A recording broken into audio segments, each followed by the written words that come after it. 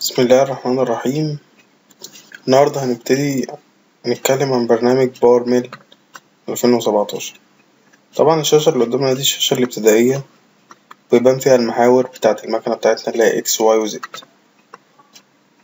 طبعا احنا هنتكلم بس مبدئيا عن المكن الثلاث محاور، ونتكلم بصورة عامة عن البرنامج. في مجموعة قوائم هنا بتبقى ظاهرة، هنبتدي نخفيها واحدة واحدة ونظهرهم واحدة واحدة ونتكلم هما بتوع ايه. دلوقتي انت اول ما تدوس كليك يمين بيظهر لك هنا مثلا المين منيو، اكسبلورر، فيوينج، ستاتيوس، التول، الباترن، ايه الكلام ده كله. المين ده اللي هو اول قائمة بتظهر لك فوق، وده اللي فيها عملية ان انت تسيف او تحدد الخامة بتاعتك مقاساتها قد ايه، السرعات والتغذية بتاعتك، الرابد موفز اللي هي الحركات اللي في الهواء، نقطة البداية نقطة النهاية. كل ده طبعا هنتعرف عليه اثناء شرح البرنامج. وفي طبعا مجموعة قوائم كتير هنتكلم عنها بالتفصيل واحنا بنتكلم عن ايه البرنامج. طيب فايدة البرنامج ايه اصلا؟ انت لو عندك مكنة CNC، فريزة، 3 محاور، 4 محاور، 5 محاور، تقدر عن طريق البرنامج تبرمج المكنة دي.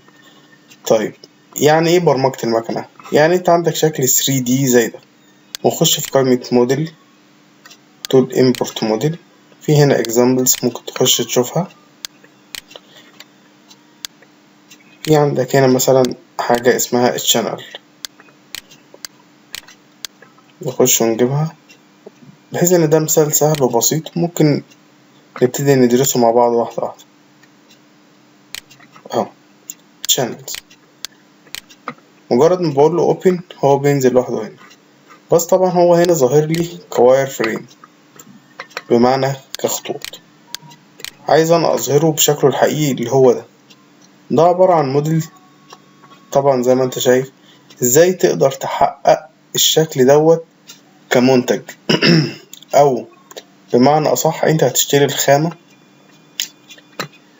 بالمقاسات اللي انت هتبتدي تحددها وهتجيلك بالمنظر ده. انت اول حاجة بتحدد الخامة بتحددها عن طريق بلوك، تخش جوه بلوك ومجرد ما بتدوس كالكوليت بيبتدي يظهر لك الخامة اللي انت المفروض تشتريها ومساحتها او ابعادها كام في كام، طول وعرض وارتفاع. طيب انت الخامة دي هتشتريها بالمنظر الاتي، هتبقى عاملة بالمنظر ده. اظهر الفيو ميل.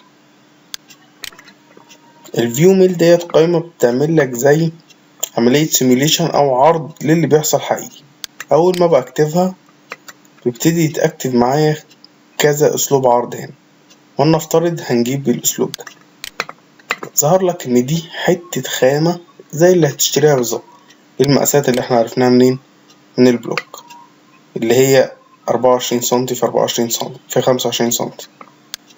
طيب دلوقتي انا عايز افتح المجاري اللي احنا شفناها دي اللي هي دي. عندك طبعا مجموعة هنا اوامر مختلفة للفيوهات، انت تبص من اليمين ومن الشمال ومن فوق ومن تحت، او تبص بشكل ايه ثلاثي. عندك هنا المنظر بيبين لك شكل المنتج بتاعك اللي هو الموديل، وده بيظهر لك البلوك او الخامة، وده بيظهر لك الشكل كواير فريم او كخطوط. طيب احنا دلوقتي ولنفترض مثلا ان احنا عايزين نطلع الشكل خلاص بكذا اسلوب. هنتكلم مثلا ان احنا الاول عايزين نخش جوه هنا، فانا لازم احدد اطار اتحرك جواه. هعمل حاجة اسمها باوندري، بقول له create boundary، بخش جوه user defined وأعلم على السيرفس اللي أنا عايز أعمل له باوندري، بدوس شيفت وبعلم على اللي أنا عايزه. مجرد ما أدوس موديل علم لي أو عمل لي إطار على السيرفس اللي أنا هبتدي أعمل فيها عملية تشغيل. طبعا هنا أنا بحدد منه التوليرانس بتاعت المكنة، ودي هنتكلم عنها شوية بالتفصيل. مجرد ما أقول له accept، لو خفيت الشكل بتاعي هيبتدي يظهر لي شكل الباوندري أو السيرفس، الإطار اللي أنا هبتدي أشتغل جواه. طيب الخطوة اللي بعديها إيه؟ هنبتدي نعرف المكنة بتاعتي الزيرو بتاعها فين. بص هنا الزيرو بتاعي فين. لو ظهرنا الكلام ده واير فريم بالموديل بتاعنا، بصينا هنا هنلاقي إن الزيرو بتاعي تحت، ده طبعا لا يجوز. لازم الزيرو بتاعي يبقى على وش البلوك بتاعي. طبعا دي اول خطوة قبل الباوندري، قبل اي حاجة. فاحنا لازم ننقل الزيرو ده فوق. طب هتنقله بمقاس قد ايه؟ طبعا ده سؤال مهم جدا. تخش جوه البلوك، في هنا حاجة اسمها مينيموم وحاجة هنا اسمها ماكسيموم. المينيموم دوت اللي هو في السالب، في سالب زد هنا في قد ايه؟ مفيش اصلا خامة. طيب في موجب زد في المقاس ده اللي هو 60 والكسور، باخده كوبي وادوس كليك يمين على الموديل واقول له edit transform وانقل الرقم دوت بس بالموجب ولا بالسالب. عندي الجسم ده هيتحرك في سالب زد، يبقى انا دلوقتي الرقم اللي طلع لي دوت هحطه بالسالب، سالب الرقم ده. مجرد ما اقول له موف في الزد تلاقي الموديل كله اتحرك تحت. اقول له كالكوليت تلاقي ان كل البلوك بقى في السالب، وده طبعا بالظبط اللي احنا عايزينه. في ناس بتحط الزيرو على الطرف، في ناس بتحط الزيرو في النص، حسب انت وشغلك. طبعا هنا لقينا ان الباوندري دي ما اتحركتش. طب ليه ما اتحركتش؟ بسبب ايه؟ بسبب ان انت اصلا كنت واخد السيرفيس بتاعك ده برنامج يعتبر فوق. فاحنا طبعا هنلغيه خالص، ديليت، ونبتدي ايه نحددها تاني. او ادوس كليك يمين create boundary user defined واعلم على السيرفيس اللي انا عايزه واقول له باي موديل، اقول له accept. طيب دلوقتي انا عايز اعمل ايه؟ عايز اعمل عملية رافنج او هد. اخش جوه هنا الاستراتيجيز بتاعتي، في حاجة هنا اسمها 3D area clear. من 3D area clear دي هنختار موديل area clear ونخش جواها. في جواها طبعا كذا اسلوب او كذا استراتيجية ممكن اخش بيها. في حاجة عندنا هنا اسمها راستر، في حاجة اسمها offset، في offset all. طبعا الاختيارات المختلفة دي هنبتدي نتعرف عليها، بس مبدئيا هنبتدي بايه؟ باوفست موديل. طيب هنخلي البروفايل بتاعنا اني والاريا بتاعتي اني، وهنتكلم برضو بالتفصيل دول معناهم ايه. الستيب اوفر بتاعتي طبعا بناء على الاندميلي. طب انا هستخدم اندميلي كام؟ هستخدم مثلا اندميلي كام؟ 10، يبقى الستيب اوفر بتاعتي مثلا ونفترض 6. طب الستيب داون بتاعتي نفترض ان هي 1، بس طبعا بتبقى اقل من 1 لو ده حديد بس عشان سرعة تحميل البرنامج. وهنخش هنا على الاوفست بتاعتي، هعرفها كأنها ايه؟ سبايرال، بحيث تنزل حذر. واخش جوه التول واختار عدة زي ما اتفقنا 10. تمام.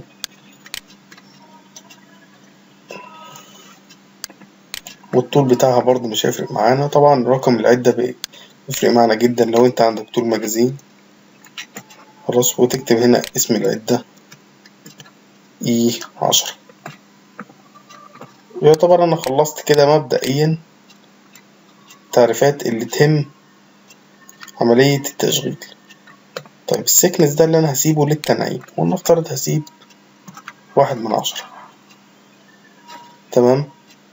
عندي طبعا الرابد موفز والليد واللينك، الكلام ده طبعا هنتعرض ليه بس واحدة واحدة. طبعا الفيد والسبيد، السرعة بتاعة الدوران خليها مثلا 3000، والكاتنج خليها مثلا 700، والبلانج هي بتتغير اوتوماتيك. في ناس بتعليها خليها 200، وفي ناس بتسيبها زي ما هي.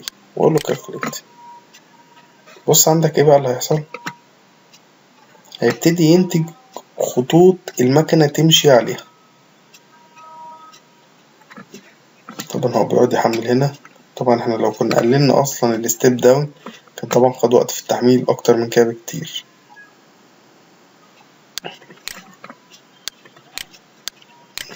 بص هنا المنظر عامل ازاي.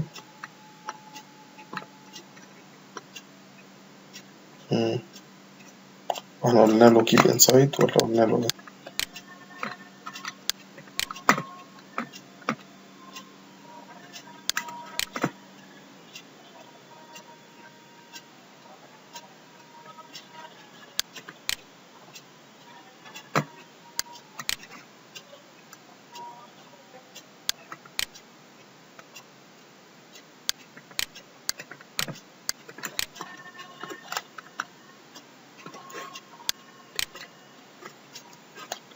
الغلطة اللي عملناها هنا ان هي كان البلوك فوق، طبعا هو شايف ان ده البلوك، هيقعد يصفي لحد فين؟ لحد وش، او بالنسبة له هنا اخر البلوك. اخر بلوك فين؟ على وش الموديل. طبعا ده غلط. المفروض انا بدوس هنا كليك يمين سيتنج، واخش جوه الموديل، جوه السايكل بتاعتي، ولازم اغير البلوك. بس هنا المنظر هيختلف تماما. بص اول ما اقول له كالكوليت، اقول له اكسبت، بص دلوقتي ايه اللي هيحصل؟ البلوك نزل لي تحت بدل ما كان فوق. واخد بالك المنظر هيتغير ازاي؟ مجرد ما افتح بقى هنا التغيير واقول له كالكوليت، هتلاقي الخطوط اللي فوق دي نزلت لي تحت.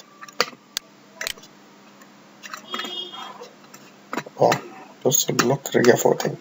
لازم قبل ما اكتف التشغيل بتاع الموديل اريا كلير لازم اكون غيرت مع البلوك. هحط له كالكوليت اكسبت، هقول له كالكوليت.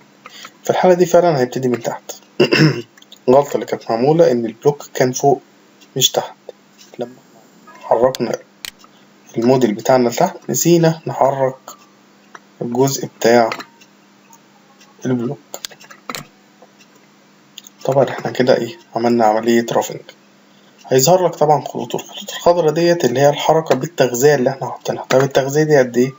تخش جوه الفيد والسبيد، طبعا احنا حددناها 700، والبلونج اللي هو الدخول في الخامة الرأسي اللي هو مثلا حاجات زي كده. 700 دي اللي هي الخطوط الحمراء، والخطوط اللي انت شايفها دي اللي هي النقلات اللي هي الرابد اللي هي بتتحرك بالسكين فيد اللي هي 3000.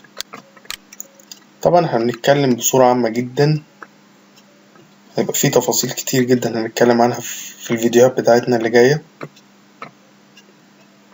بس ده مبدئيا عملية رافنج. عايزين نشوف ايه اللي هيحصل بقى للخامة بتاعتي لما انا اعمل عملية رافنج. هقول له simulate from start، عايز اشوف ايه اللي هيحصل، واظهر الفيو ميل بتاعتي واخش جوه الخامة، ولنفترض دي الخامة اللي انا اشتريتها. عايز اشغل بقى اشوف ايه اللي هيحصل. مجرد ما ادوس تشغيل خلاص تبتدي الليدة بتاعتي تتحرك وتفتح مجاري، او اللي هيتم بالظبط في الخامة اللي انت اشتريتها. ده فعليا اللي هيتم على المكنة. طب نعلي سرعة شوية عشان نشوف اسرع ايه اللي هيحصل. احنا كده بنعمل سيميليشن للي بالظبط هيحصل على المكنة بالظبط هيحصل عليها كده. طبعا هتبتدي تشوف هنا ستيبات. الستيبات دي اللي هي احنا قايلين الستيب داون اصلا كان 1، فهتلاقي الاستبات ديت فعلا ظاهرة. طبعا ده بعد كده بيخلص بعملية فينيشنج، تخش في اندميل بول ياكل لك كل الكلام ده، او يعمل لك عملية تنعيم للسطح بتاعك.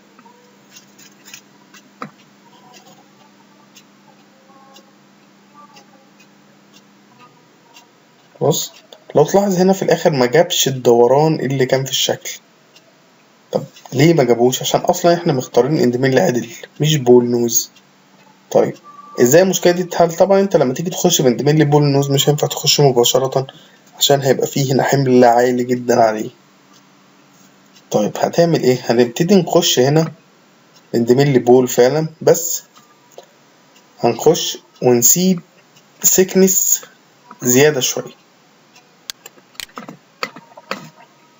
بس قبل الكلام ده كله طبعا هنبتدي نعرف باوندري للاندميل البول، عشان تعريف الباوندري دي ما بيبقاش بنفس الاسلوب اللي بنعرف بيه لعملية الروفنج. بتعمل سيلكت على السيرفس، تخش جوه الباوندري وتقول كليك يمين كريت باوندري باي سيلكتد سيرفس. طب هيقول لك العدة اللي انت تشتغل بيها ايه؟ هتقول له والله انا هجيب عدة بول نوز القطر بتاعها 10، يبقى ديت بول 10، واقول له كلوز. ماشي. هيقول لك التوليرانس بتاعتها كام؟ تقول له مثلا 1%. تقول له دي من التوب. السيكنس اللي هتسيبه قد ايه للتنعيم؟ طبعا احنا هنا سايبين جزء كبير، فهقول له مثلا هسيب كام؟ 3/10 او 2/10، مع ان انا اصلا في الاول سايب كام؟ برضو نفس الكلام. فلما يجي يخش ينعم هتلاقي كل ده غطى على بعضه، واقول له ايه؟ ابلاي. بص ظهر لي طبعا شكلها مش كويس، نبتدي احنا ايه نظبط فيها شوية.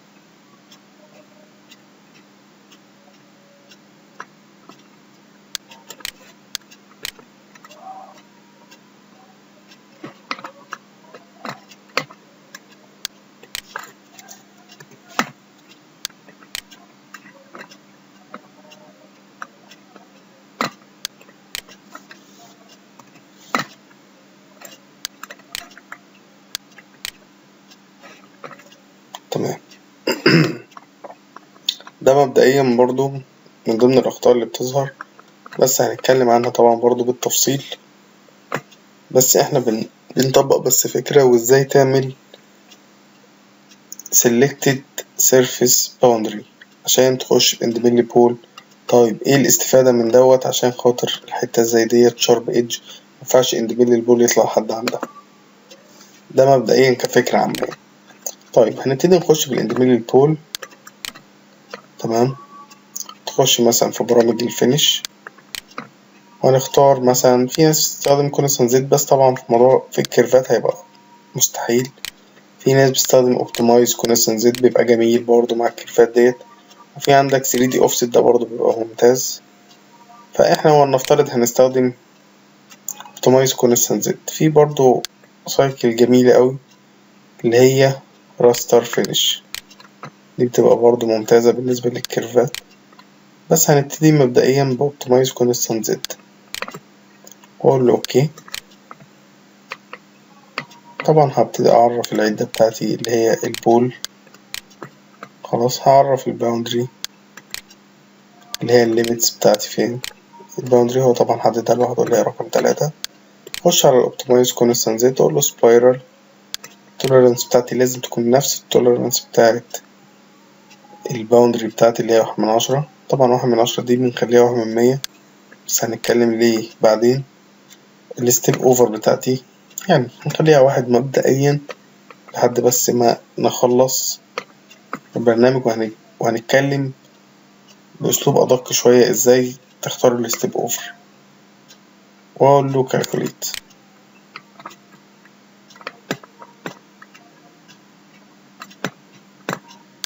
بص هنا عمل ايه لما كليك يمين سيميوليت فروم ستارت ابتدى يتحرك.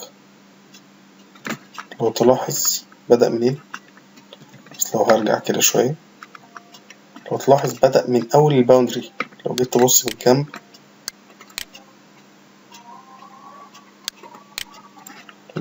الجنب ده بص أول البول فين؟ عند الباوندري، مجاتش خالص ناحية اللي شارب ايدج دي، فحافظنا عليها. هو طبعا بيبقى مهم جدا في الاستنباط، طبعا كلكم عارفين الكلام ده. طيب تعالى نعمل سيميوليشن كده ونشوف ايه المنظر اللي هيطلع. اقول له سيميوليت فروم ستارت، اقول له شغل. طبعا انا مشغل بسرعة عالية، تعالى كده نشغل بالراحة. شايف بيعمل عملية تنعيم، وطبعا كل الاستبات اللي اتثابت ديت هيبتدي هو ايه يداريها ويطلع الشكل بتاعك ناعم وجميل. طبعا بيفنش بقى الحتت اللي اتثابت ديت. طبعا كل الديفوهات اللي باينة ديت في بعضها بيبان بسبب الريزوليوشن بتاع البرنامج، وفي بعضها بيبقى حقيقي بيتبقى خامة كده. هنتكلم طبعا عن أفضل السايكلز ازاي تختارها. عندك شكل مايل، عندك شكل عدل، عندك أرضية، عندك دلائل، عندك نبتدي نتكلم عنها واحدة واحدة، وكل جزء هنتكلم فيه. هنبتدي نطلع مجموعة فيديوهات تبقى مفيدة جدا للي بيتفرج. ده الشكل النهائي اللي المفروض يطلع.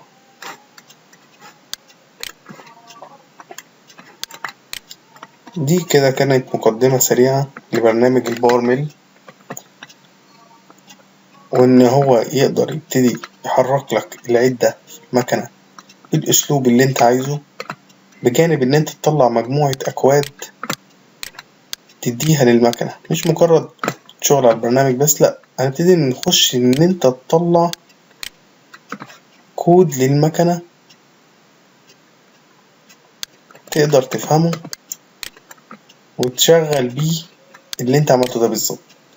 هنفترض هنقول ان ده اسمه تيست، قول له يس وقول له رايت.